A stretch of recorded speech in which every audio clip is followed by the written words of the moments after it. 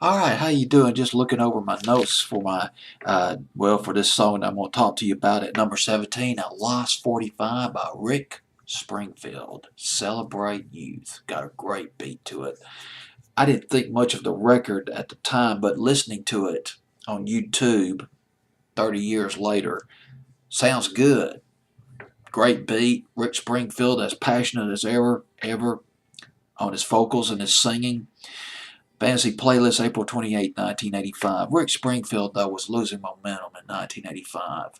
The two hit records he had in 85 here in the States, State of the Heart and Celebrate Youth, did not crack the top 20. It was not promising for Rick Springfield. Speak to the Sky, his first hit record back in 19, excuse me, late summer, fall of 72, went to number 29.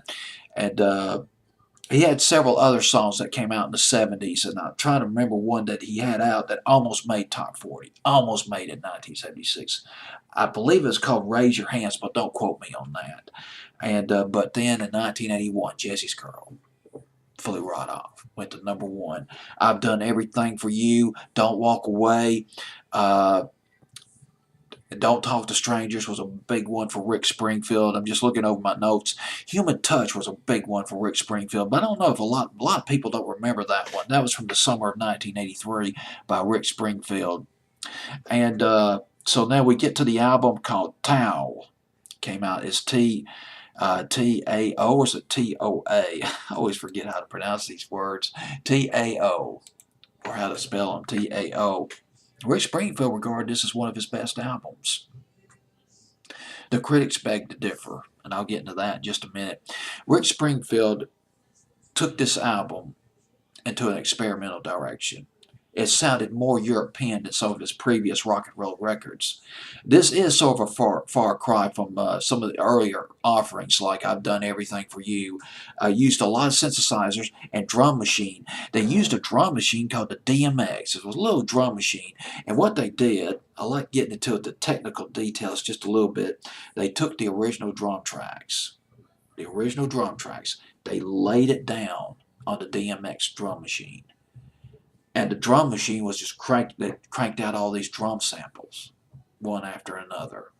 The album was built that way, song by song, beat by beat. It did well in Europe. According to an interview with Rick Springfield, the song did very well in Germany, which I could see. It's got a European sound to it. But the European sounding records sometimes don't do so well here in America. That's the thing. You're talking about a massive market here, one of the biggest market. Yes, if you're from England and you got a hit in England or a series of hits in England, yes, you will get rich. You will be able to buy a house. You'll be able to buy a couple of cars. But if you make it here in America real big, you'll have enough money to buy 3 houses, one in Palm Beach, one in the Bahamas, and one in England.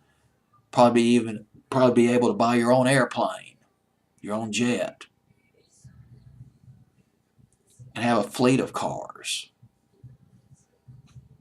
That's the difference. You make it America, baby, you're gravy. You're on the gravy train. Just eat it up. Okay, I guess I got off the tangent a little bit. I think that's all I got to say about this album. Let me read you what the critics said. Rick Springfield did say that this was his best album. He thought it was one of his best albums. This was an interview, but some of his critics, though, saw otherwise. This is what one guy from the Rolling Stones said. One of the critics said, or commentator said, of Tao, the album, an overwrought, misguided bid for respectability. And another guy from Stereo Review, he called it production overkill. He goes on to say that it's as if Rick Springfield had lingering suspicions that he's a pretty face rather than a musician. Although, the critic did say when he's dealing with relationships, Springfield is capable of writing with a fair amount of verbal facility and genuine feeling. The album does have its redeeming qualities, but Rick Springfield did later admit that perhaps he went a little too far into the European, into the new wave, the synth direction on this album. Interesting to note, though, this was not the first time that Rick Springfield went heavy on the synths and the drum machines. There was Human Touch, summer of '83. I don't think anybody remembers that song. One of his best. That had a European feel to it. Here we go. Rick Springfield, Celebrate Youth at number 17.